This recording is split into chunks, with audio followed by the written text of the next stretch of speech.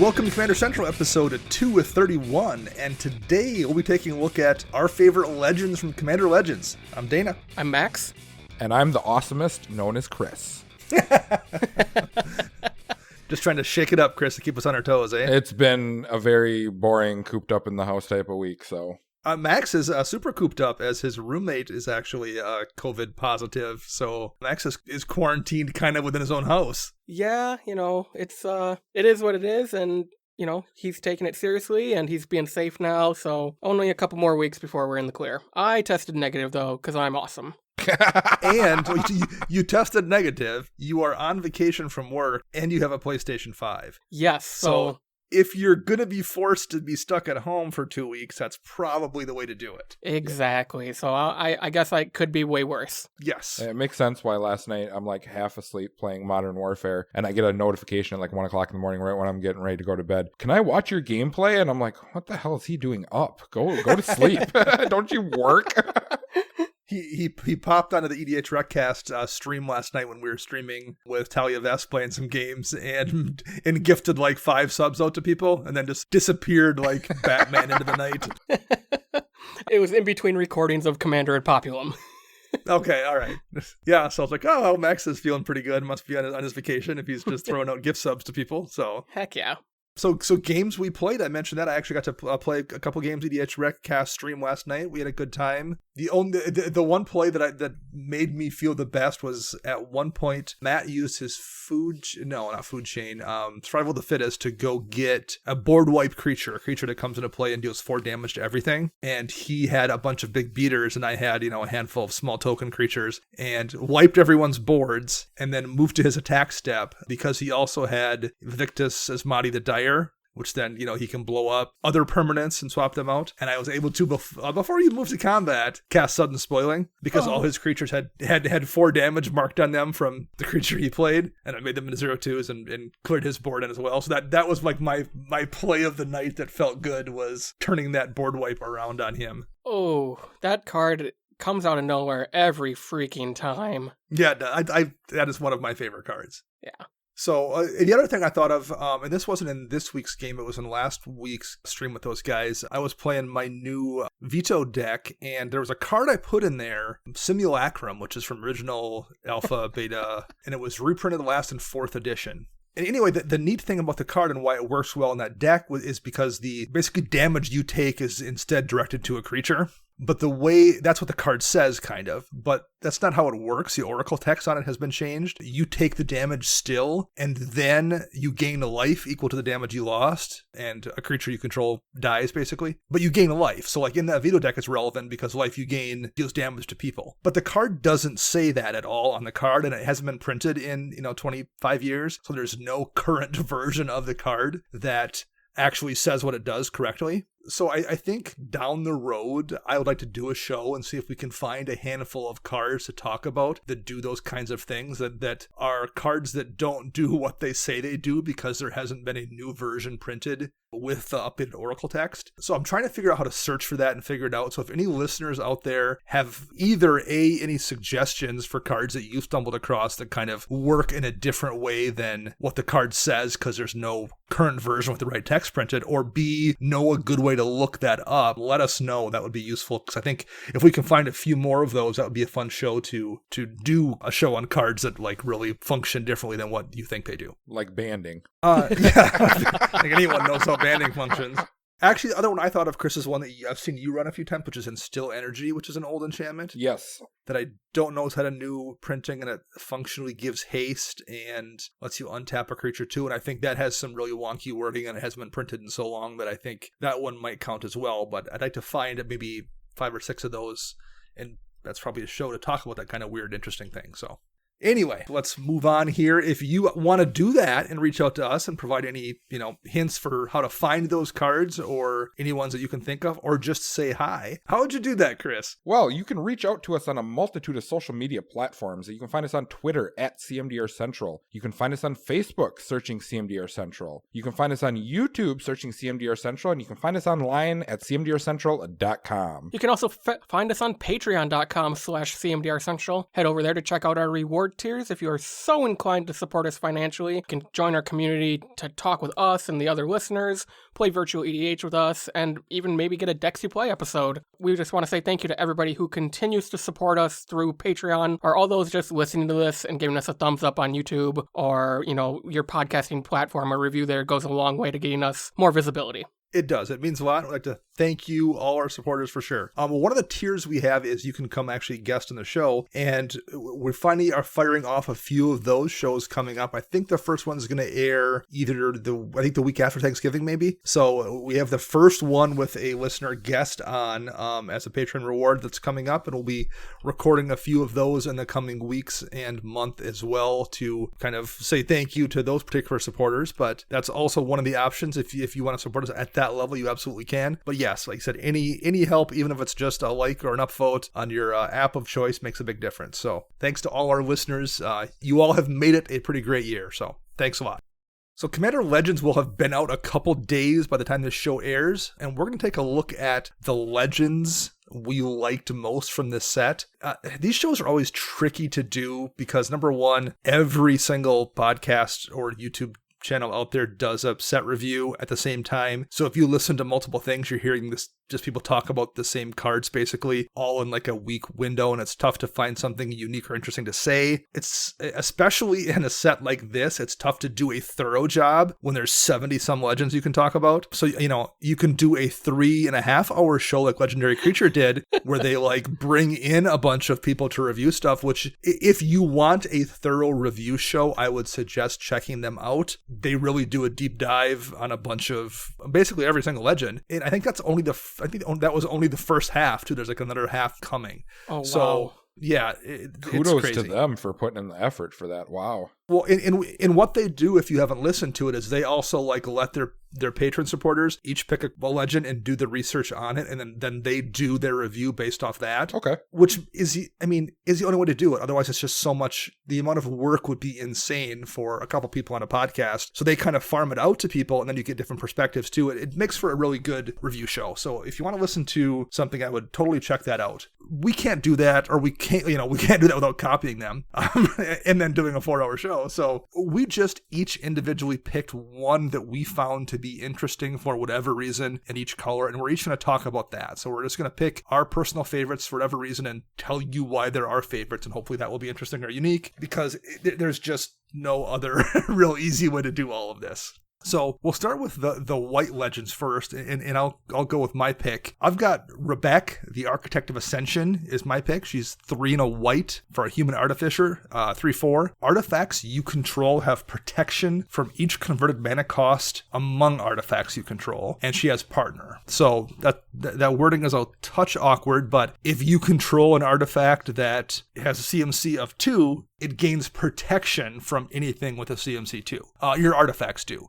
So it's a little bit a roundabout way, but like the more artifacts you have out, the more wide range of protection your artifacts have. The reason I like this card, you can partner it up with a bunch of different things for one and have it be useful. If you want to partner it up with your, the original Akiri Line Slinger from the first Commander 2015 partners block, Akiri tends to want to wear a bunch of equipment and swing in, and this then gives all that equipment protection from being removed. And if you have a way to make Akiri a equipment as well, or excuse me, an artifact as well, and there's ways to do that, then she also has protection and becomes unblockable. You can partner this up with something like Silas Wren, who is himself an artifact creature and has partner, and then Silas Wren can swing in much easier and not get touched, as well as if you want to Voltron him up. There's a black artifact creature that has partner that I'll talk about later as I pick for black that you can partner with if you want to do some kind of an Orzhov artifact shenanigans. There's just a bunch of different ways you can build her where her utility is helpful to you without it being like a Thrasio situation where you just want to make infinite mana and delve through your whole deck. It's a very useful card in a bunch of different situations, none of which are broken. So it's a really neat design that I like a lot. She's a lore character that doesn't have a card. It's nice to see that as well. So that's my pick for my favorite of the white legends. Max, when we jump over to you, what's your pick here for the white ones? My favorite white legend in this set is Prava of the Steel Legion. It's a 3 3 mana, 2 and a white for a legendary creature Cat Soldier with a 1/4 body. And it says as long as it's your turn, creature tokens get +1/+4. And it has an activate ability of 3 and a white to create a 1/1 white soldier creature token. And of course it has partner. I love the big butt support for tokens on this card, and the fact that it's a 3 mana, body and it makes more bodies helps out in tons of token decks. Making soldiers is not irrelevant. There are cards that care about it, and it's a cheap and efficient just token machine, and I really like that, and I plan on putting this in a few of my decks. Max has got tokens on the brain or something. I do. He does. What are we going at, 4 shows now that he's talking about this? Yeah. Yep. But you could partner it up with something that has access to green and then run a couple assault formation kind of cards so that 1/4 becomes way more effective on the swing too. Yeah. Yeah, it feels a little bit similar to the Rebecca card I picked, where I can think of 3 or 4 different partner pairs, 10 of the Bloodsower comes to mind as well, that make tokens where this just provides a color that didn't already have and provides utility for those tokens and lets you make kind of an interesting deck. I think they did a really nice job in general with most of these partners with making them open-ended while also not making them generically useful, where you can just run them as a win kind of engine like we saw with stuff like Thrasios or Tymna. Yeah, that's a good pick. This is one I like a lot as well. I think this is also a character from the same Roman plane where what's the vampire that you ran for a short time, Max? Lycia. I think this is also a character from that same plane where Lycia is from. Interesting. Yeah, so that's also a nice little lore shout out there. Chris, we'll jump over here to you. What do you have for your favorite white legend here? So basically, out of all of them, I like quite a few of them actually, but the one I finally settled down on is Arden, Intrepid Archaeologist. Arden is a 2/2 for 3 mana, 2 colorless and a white, and it is a core scout. It reads, at the beginning of combat on your turn, you may attach any number of auras and equipment you control to target permanent or player, and it has partner. I just thought basically of this for your usual Voltron, whatever else, people usually run. This card right here allows you to just attach for free along with the other cards that allow you to do it. So just another addition to something that you can do like that. I also found it amusing that you could use this in another type of maybe in a Pillow Fort deck or something, where you could start slapping the enchant player auras around and be like, oh, you get it this turn, you bet. Now my turn, I'm gonna move them over here to this person, and so then they're not just stuck, and maybe they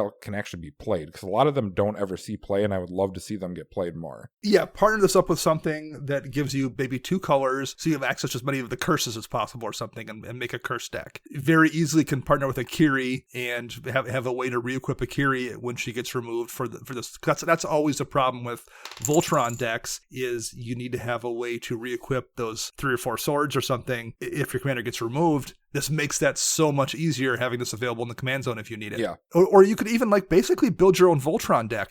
One of the reasons people tend to go red-white is because it has access to a few of those things that let you re-equip equipment for free, but having this in the command zone, you could pair this up with something in Golgari colors and makes a really weird oddball Voltron commander that you don't traditionally see, because this will let you circumvent the usual problem with Voltron commanders and just throw the stuff right on there. So it'll allow some odd builds there as well. Yeah, I would like to see because with this, you can play more pacifism type effects too. So you could be well, I pacify this guy, and then it's someone plays a Crater Hoof or something next turn or something stupid, and you're like, well, on my turn, that's going over there. Let's just get rid of that card.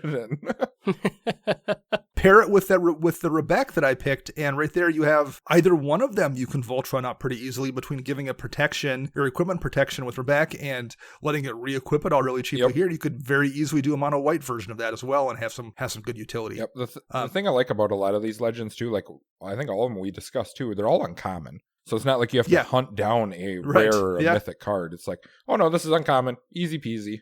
Yeah. And there's some other, White did have a bunch of nice ones, actually. I gotta say, a Chroma cool. Looks really good too. I wish it wasn't 7 mana, but a Chroma looks really good. Yeah, there's just a lot of fun stuff here. So we'll go over to blue next. My pick under blue was Sakashima of 1,000 Faces. 3 and a blue for a human rogue. She's a 3/1. You may have Sakashima enter the battlefield as a copy of another creature you control, except it has Sakashima of 1,000 Faces' other abilities, which are the legend rule doesn't apply to permanents you control, and partner. So what I liked about this is, people have been trying to build clone decks for a lot of years, and some people have done it successfully, but one of the problems is trying to copy your commander, or there's plenty of good things out there that are legendary that don't really work that well if you want to copy them. Having Sakashima here, letting you copy anything, even if it's legendary, and maybe you want to partner this with something that's useful to copy, and just removing that legendary ability opens up a lot of weird things that aren't normally available in Commander. I just liked that. I like, there wasn't even, when I saw Rebecca, I was like, oh, I could see partnering with these three things. I don't even know what I would partner Sakashima with. I just know you can do things with clones that you usually can't, and I think that is really interesting and unique, and it would make me want to build this over the other mono blue partners. Max, what do you have for, what was your favorite among the blue creatures here? My favorite among the blue creatures is Malcolm, Keen-Eyed Navigator. It's a 2/2 for 2 and a blue, legendary creature Siren Pirate. It has flying, and then whenever one or more pirates you control deal damage to your opponents, create a treasure token for each opponent dealt damage, and it has partner. I was really impressed with the pirate support that Commander Legends is giving us as a community. In fact, I think I have another pirate coming down the line here in my list. And the fact that, treasures are just a cool thing, and there's more ways to create treasures. So the fact that this has partner, you can put it in something with white, so you can run your Smothering Tithe, or you can put it in, in something like Timna, so you can maybe do an Esper type treasure deck with your pirates, and then run that card that wins you the game all the time. Dana, what is it called? Revel in Riches. There we go. I got there. There we go. I really like too long, buddy. 13 hours. I've been on vacation for 13 hours. But no, I love pirates. I actually kind of want to see what I can do with pirates now that there are a lot more of them, and there's ways to, support the tribe versus, the little bit we had from Ixalan got us almost there, and I think this just pushes it over the edge to where it's a viable tribe now, and I hope to see more pirate decks in the future. The thing I like the most about this card is it looks like he's got a smirk on his face and he's flipping off whoever he's looking at. That's literally what it looks like. His name's Malcolm. Like, how, original, plain Jane is that name? Like, I'm Malcolm. Right. I'm cool. And I think this character was on Vraska's crew on Ixalan, I think is where the character's from. Cool. If you look through the EDH Rec list for creatures that are in like an Admiral Beckett Brass deck, it gets pretty dire.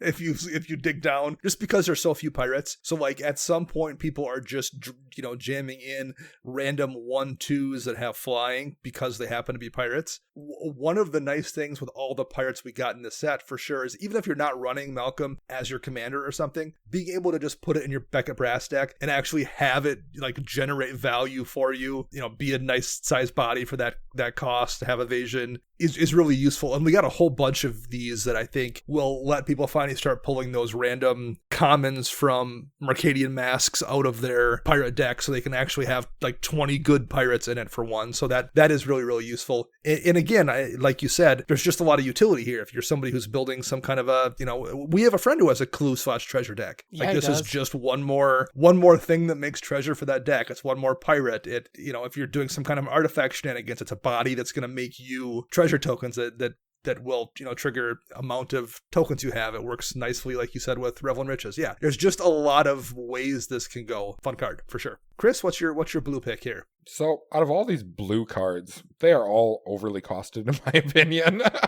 I tend to agree. Blue is the toughest one for me to pick. I tend to agree. I personally think Sakashima is probably the best out of them all. I chose Isior. I don't know if I pronounced that right. Wardwing Familiar. Yes, the familiar. The nice little bird dude. So he's a 1/2 for 2 mana, 1/3, pardon, for 2 mana, 1 colorless and a blue. The reason that I like this card is due to the simple fact of partner on it, and the fact that spells your opponent's cast at target one or more commanders you control cost 3 colorless more to cast. So basically what I see when I look at this guy is, not only could he be a good partner commander for someone else, he could just be good in the 99 for the simple fact as a way to protect your commander. As a 1/3 flyer, sure. I was thinking of your Drake deck or whatever. He could be in there, he's another flying creature or whatever, and he protects your commander so you can keep casting your spells and get more and more Drakes out of it. Anything like that. Now the partner aspect is even better. So we think of other cards, that you're playing in, that have blue and you really rely on your commander. Why not just slap them in there as the partner and bring them in when you need the protection? It's like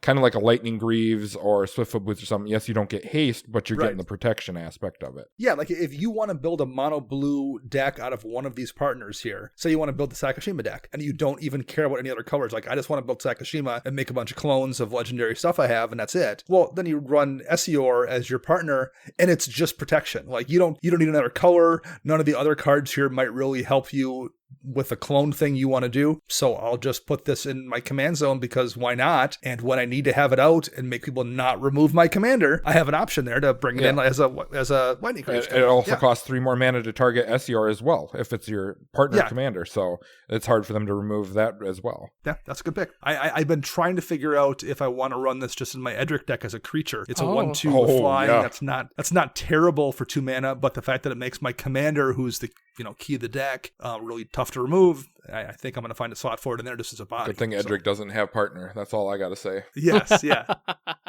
One lore shout out I want to give here is I absolutely love that there's a Ghost of Ramirez DiPietro card in here. And weirdly enough, I've actually listened to 2 different reviews in the last couple days that had no idea Ramirez DiPietro was a card back in Legends. Oh, really? Yeah, he's one of the like uncommon vanilla creatures that I don't even know if he does anything. It might just be a vanilla creature, but he's not a good card. And he's like, of course, all those Legends back then were like 7 mana for a 3/3 that you can tap for a blue or something terrible. But yeah, he is actually a card from back in Legends, the first pirate. And this is the Ghost of Ramirez DiPietro.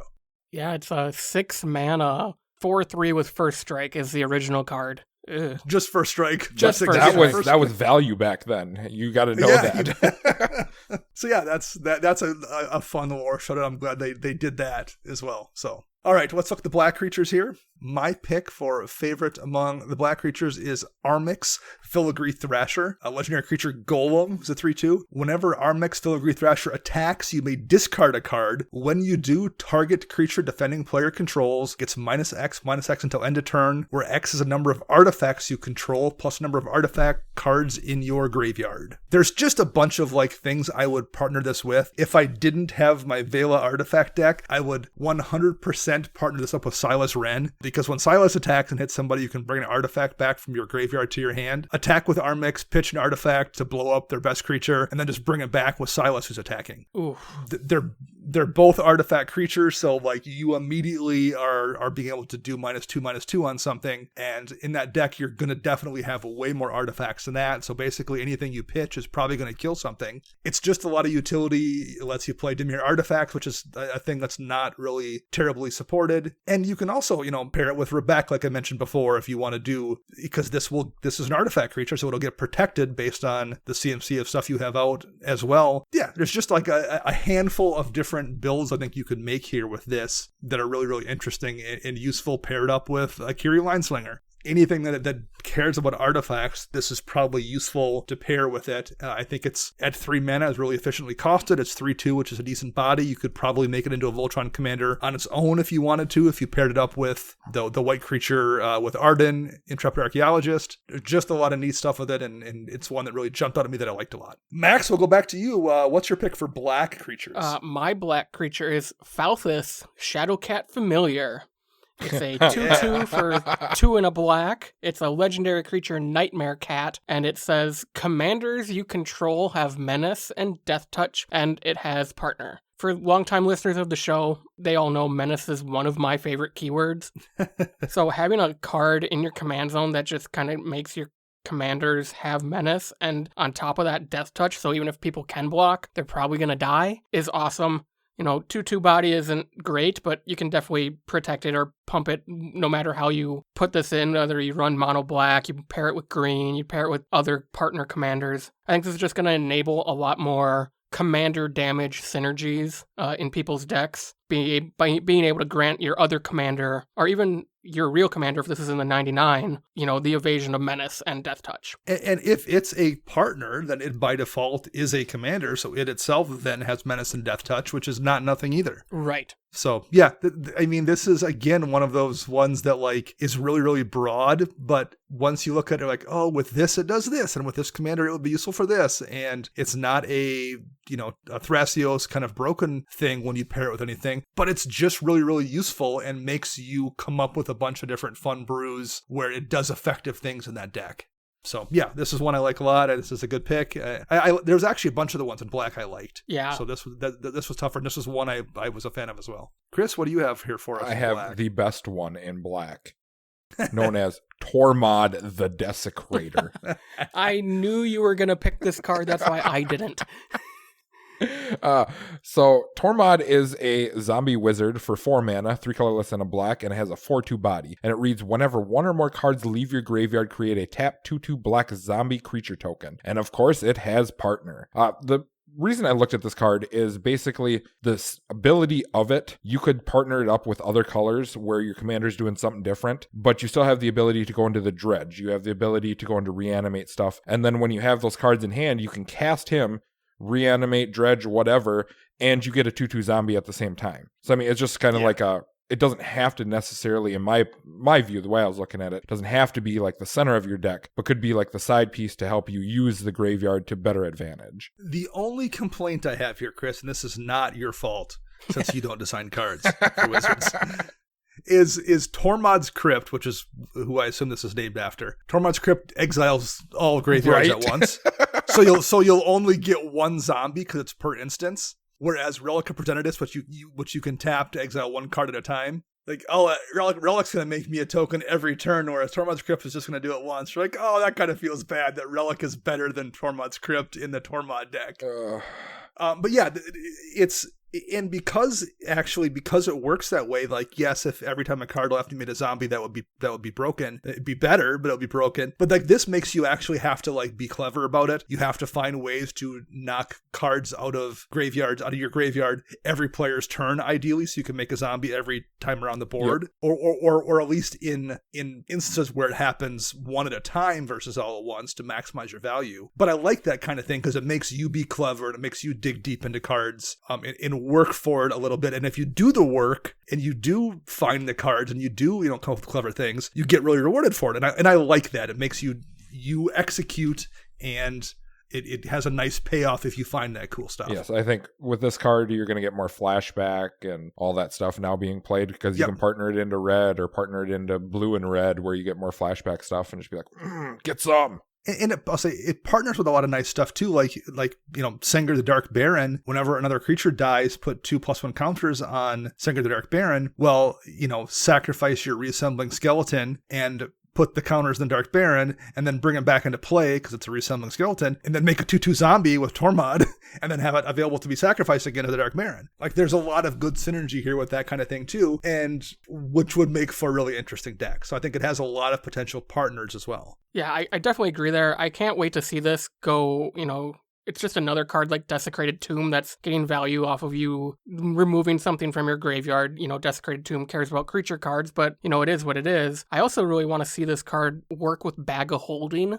Bag of Holding says, whenever you discard a card, exile that card from your graveyard. So it hits the graveyard, so Tormod's going to see it before the Bag of Holding trigger resolves. So... and then you can recur all the stuff you exile, hopefully with Bag of Holding, for its second activated ability. So I see a lot of synergy there, and I kind of want to toy around with it. Well, that's what I was talking about too, with like finding clever things. And I guess I said that and didn't bother to ever look up very many myself. But like, that's a good example, right? Find Bag of Holding, which is a card that doesn't see much play, and it's going to be really good in this deck. And I love that kind of thing. Yep, I'm gonna use it in Alesha, try it out. I know I can't partner it with her, but in the 99 as another, play him, reanimate, bring back get a 2/2 zombie too, and as much value as possible. Oh, sure, yeah. Yeah, that's just free value in Alesha too. Yeah, good call.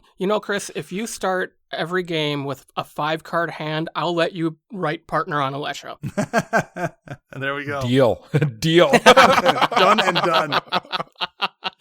All right, we'll move over to red.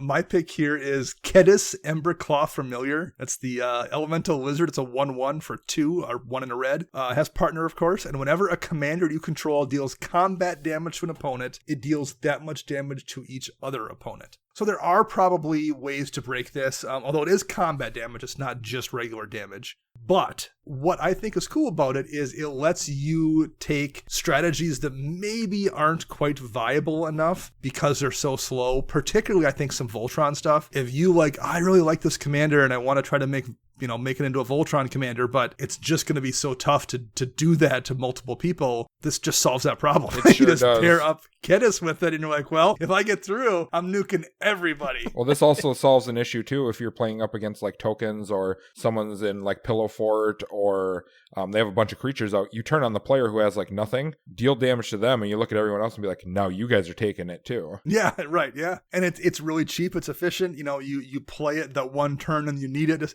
It just sits there in your command zone until like that second when you're ready to make your move, and boom, take everybody out. So I like this a lot. I've actually been trying to figure out, because I do like my Adelaide's deck quite a bit, but I was debating changing the commanders, thanks to this set, to either Crom and Kedis or Crom and the new Planeswalker. I just forgot her name. Jessica, the new Jessica Planeswalker. For this kind of the same reason, I can, if that deck sometimes struggles with, I can kill one person, but getting that second or third one down is a little tricky. Having this option there to just drop this right before I shot people seems really, really useful. So I'm debating making that change. I haven't quite figured out what order I want to do it in, but yeah, it's a fun card, I think, that is going to open up a lot of kind of niche commanders that people want to use as kind of a Voltron strategy that you otherwise couldn't do that. So, Max, what do you have for red? My favorite red commander is Dargo, the Shipwrecker. It's a 7/5 giant pirate for 6 in a red, and Dargo reads, as an additional cost to cast this spell, you may sacrifice any number of artifacts and or creatures. This spell costs 2 less to cast for each permanent sacrifice this way, and 2 less to cast for each other artifact or creature you've sacrificed this turn. Dargo also has Trample and Partner. They put those in really tiny font at the bottom of the card. Right. Similar to Kinda how like Galta Galta. says. Exactly. Or World Breakers has reach on it and no one ever realizes it. I always forget that. Thank you for reminding me. I love this card. Just using treasures to cast Dargo. You can sacrifice 3 treasures and you have 2 floating mana left because you're going to get the reduction from sacrificing the treasures beforehand, and you'll still have floating mana left over. You have enough to pay for the red, the reductions hit the 6, and you're good to go. That alone makes me kind of want to build mono red artifacts, but Duretti doesn't say Partner, unfortunately. Well, and it's also another one of those cards that works probably pretty well in your pirate deck, just generically as a creature, as a giant pirate. It's a big, huge butt on it, but you also tend to be making a ton of treasures in that deck. And hey, I just happened to use 3 treasures to cast something else. So since I've sacrificed something this turn, I'm going to get to play this giant beater for, 1 red mana. So yeah, that's a card that both is interesting in the command zone and is useful just in pirate decks in general, which they needed. So, Chris, what is your red card? The best red general ever, Najila the Blade Blossom. Oh, wait, that's a reprint. Sorry. So first thing I want to talk about, this isn't the card that I picked, but okay. When I was going through all this, I read this and I found this quite amusing. So Krark the Thumbless. If you read what it does, it talks about flipping a coin, and it makes me laugh because he's thumbless. How is he flipping coins? I don't understand this. That's why you have to get Krark's thumb and his other thumb. I had to bring that up because I found that amusing. But the card that I want to talk about, and it's something that I found really awesome, is Rogue Rock, son of Rogah. What? I knew that was going to be your pick. I knew you were going to pick that. I knew that's where you were going. So this nice person is a Kobold Warrior who is a 0/1. It has First Strike, Menace, Trample, and Partner. Now, what makes this card so good, you ask? It costs 0 mana. Literally 0 mana. 0 mana. Now, I'm not sure. This card may just be absolute trash and garbage, but a commander that costs 0 mana, there has to be something out there, some sort of weird shenanigans that's going to happen with it, and it's going to be sweet. I've also always wanted kobolds, because I think it would be awesome. Kobolds are like Sure. Goblins, just much worse, so I hope that we Just like even dumber goblins. Yes. I really like that they actually had to put the little red dot next to legendary creature on the card to make sure this is a red card for color identity purpose. Yes. which is not something we've seen in a long time. Like, because that was something that they used to do on occasion on cards. Yeah. But I think we've seen it since Time Spiral block with the 0-cost packs, I think. Yep. Yeah. So, I mean, It's definitely been a while. this card is not great as it sits, but I guarantee there's something out there, some way that he plays in that you can partner with something or another that's going to be phenomenal. I mean, just with the keyword soup on his name, I mean, so good. Nobody is running this in a deck unless they're doing something dirty with it to like make it come out of the gate as a 3/3 or something. Yeah. I hope it leads towards more kobolds, because I'm just going to sit there, and like opening hand, just be like, play my general, play my entire hand, and a land, go. I have a bunch of 0/1s on the field. What's up? And if anyone didn't know out there, the Roga that he's the son of is also a legendary creature from way back in Legends. Oh, really? Roga of Carekeep, the first kobold that referenced Carekeep as well. Okay. So, yeah, that's another fun throwback to the original Legends set. Yeah, I mean, this, honestly, the way I see this card being played, though, is probably going to be in the 99 of, like, your Perforos decks or other decks, like Impact Drummers decks, so you just get a free cast to deal 2 damage to everybody, that kind of stuff. But, I mean, other than that, man, if someone can break this and show me how they broke it, I would love to see it.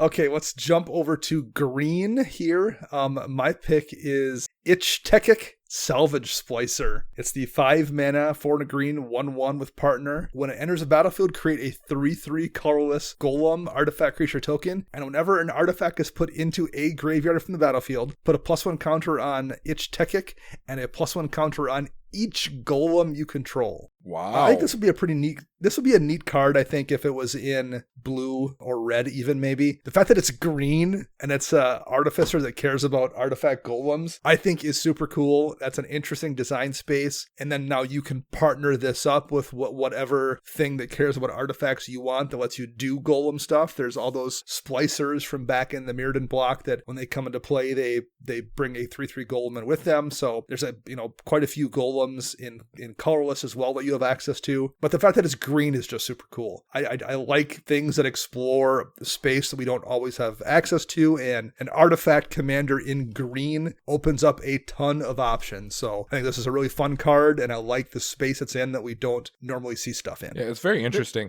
I think when people see you put it out too, they're gonna be like, a 1/1 for 5 mana. Have fun with that. And then you do something broken with it, and then they're like, oh, okay, I respect it a little bit more now.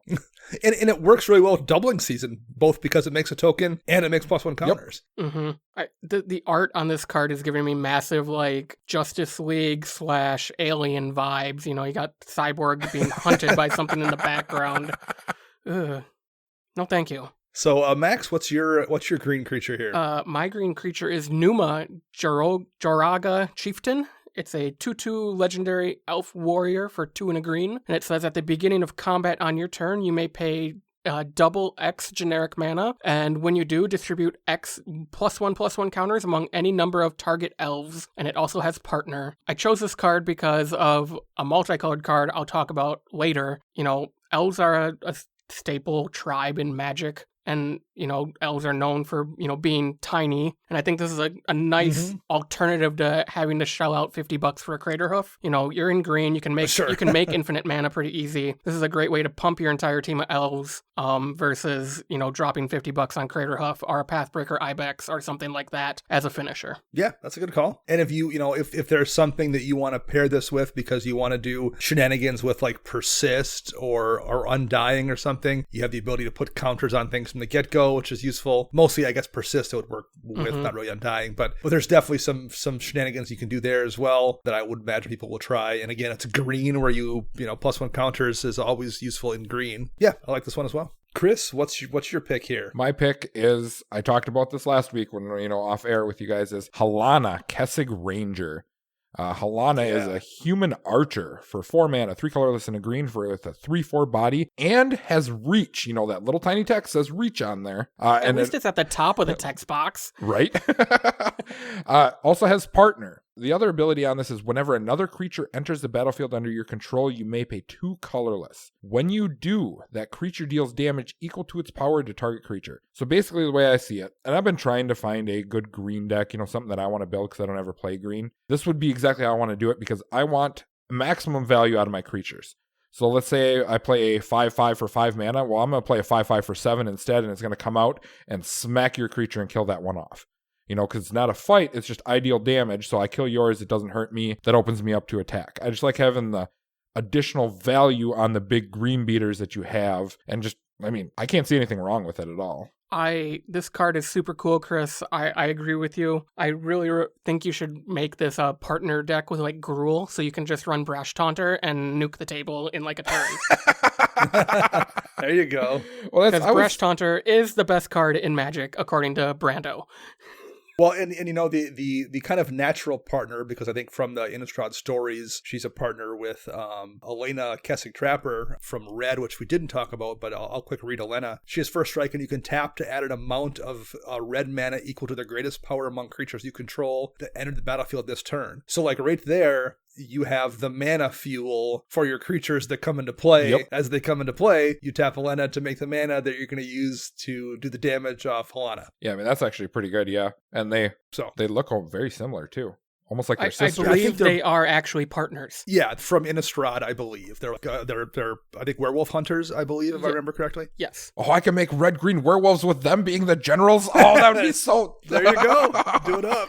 That would be pretty sweet. I would love to see that. Okay, last but not least, we have, now these are a little bit trickier because here the only partners were the monocolored, so we also picked one of the colored commanders. I shouldn't say trickier, it's just different because the partners ones were all kind of, we like them based on potential, and that potential is kind of open-ended. The multicolor, and there's 2 colors and there's 3 colors here, these ones are cards that basically are the typical kind of standalone legend, so we're evaluating them based on the card itself and not like what it can do. My pick is Gerard Carthalion, True Air. That would be a red, a green, and a white for a 3/3 human warrior. So we're in Naya colors here. When Gerard Carthalion, True Air enters the battlefield, target opponent becomes the monarch. So your opponent becomes the monarch when he ETBs. You can't become the monarch this turn. But if damage would be dealt to Gerard Carthalion while you're the monarch, prevent that damage and put that many +1 counters on it. Oh, geez. So first of all, that's a weird thing to get in Naya. It's not the usual Naya things where it's just some giant beater creature. Yep. I like that. The Monarch is a super cool mechanic, and I just like seeing things,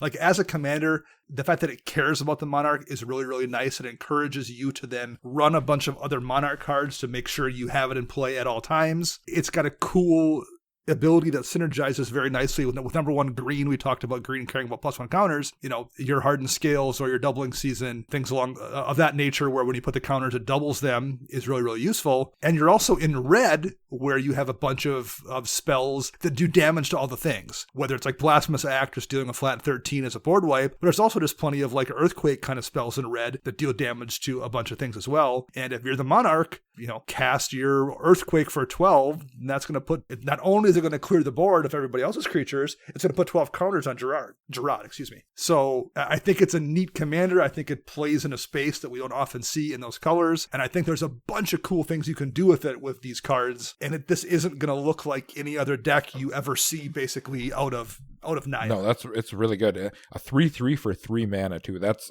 perfect value. Yep. Right. And that's another thing. It's also like, sometimes you see a cool commander like this and you're like, oh, but it's 7 mana to cast or something. This is really efficient, easy to get out, easy to get it into play with all the other stuff you're trying to do. I just think it's a fun card. So that's my pick for among the ton of multicolored commanders we had. It was really tough to narrow it down, but that's the one that jumped out at me. Max, what's your pick here? Okay, I'm going to talk about 2.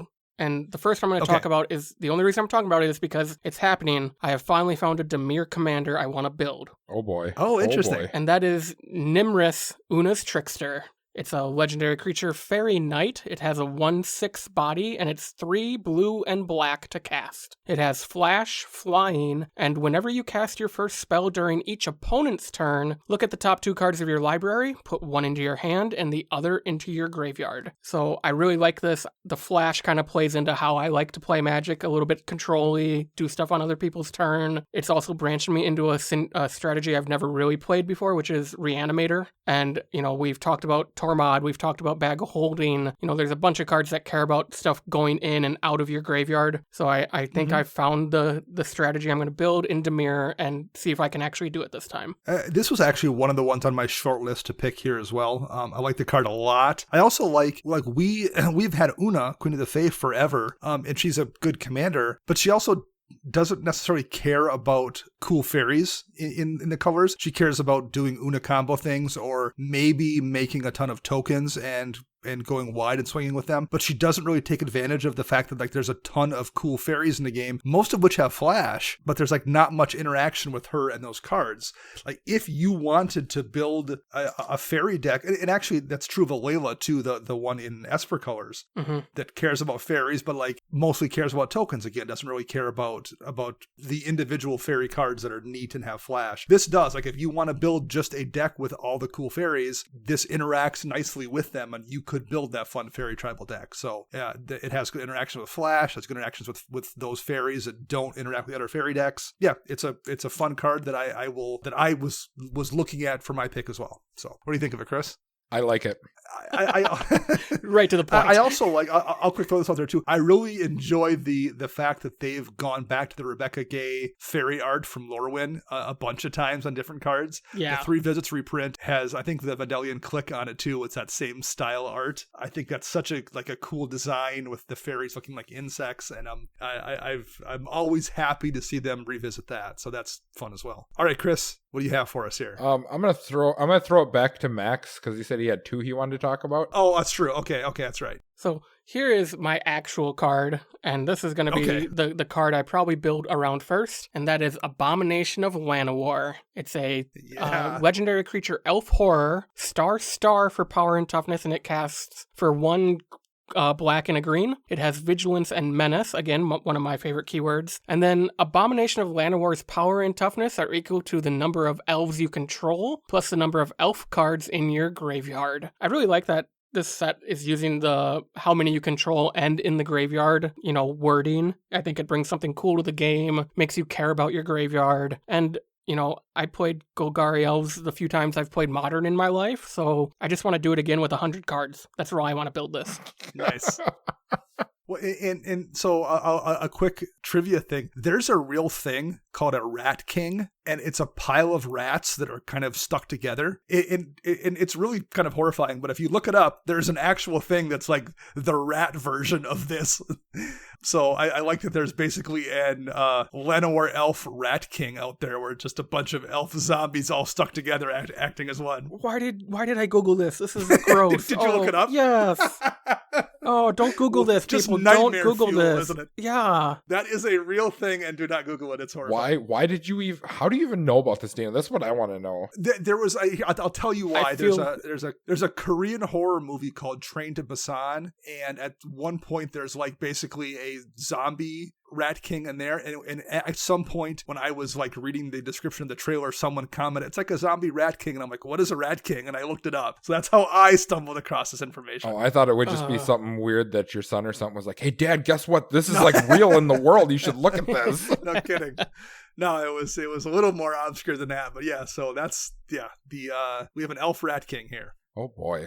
Okay, Chris, I want to hear what your selection here is, and I want to know why it's Hans Eriksson. I wish it was, but it's not.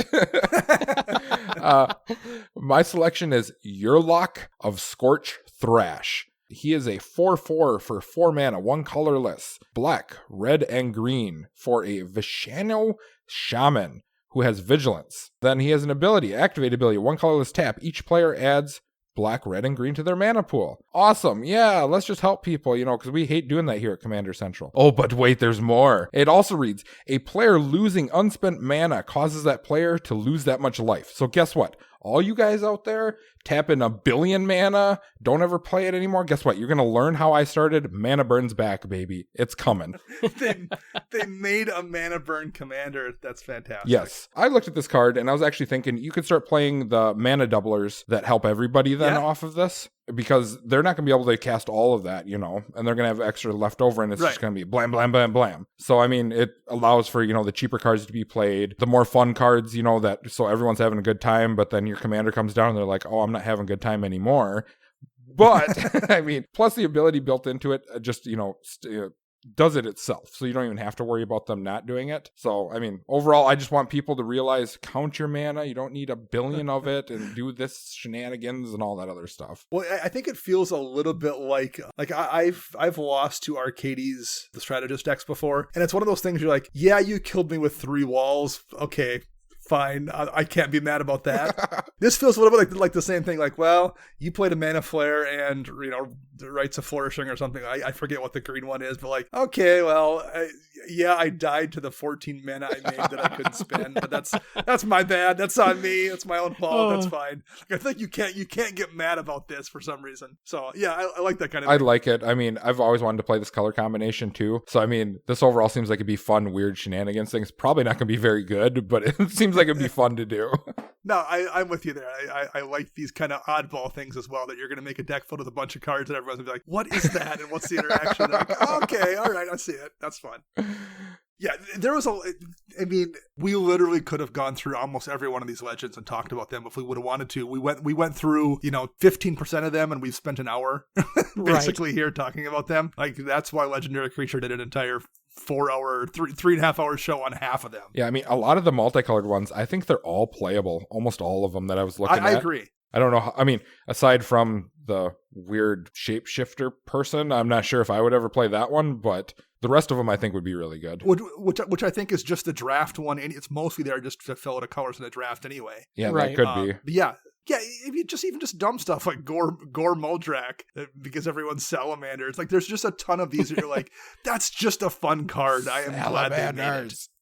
Yeah, so cool. So this is just a set that I like more and more every day, and I guess by the time this airs, we'll hopefully have each gotten our boxes that we ordered to crack open, and hopefully we can draft with it sometime in the fairly near future as well. Yeah, that'd be fun. I am pretty psyched for this. Yeah, it's just a fun set, and I'm looking forward to all the crazy deck combinations we're going to see here in the near future. Yeah, I mean, that's going to open up millions of possibilities now. Yeah. So I'm hoping that it won't be so much, when you go and play with someone, you're seeing the same, 20 decks all the time. Now it's going to be branched out to a couple 100 or 1,000 different decks combinations that you could be playing. Well, EDH Rec once upon a time had pages for all the possible partner combinations, because there was 15 of them, but like you could 15 partners, but the combinations were finite. You could still extrapolate that out. They just stopped doing that. Like, well, no, we can't. There's just too many. The combinations at this point are like infinite. Like, we just can't have pages for every possible iteration of the 60 different partners that exist right now. So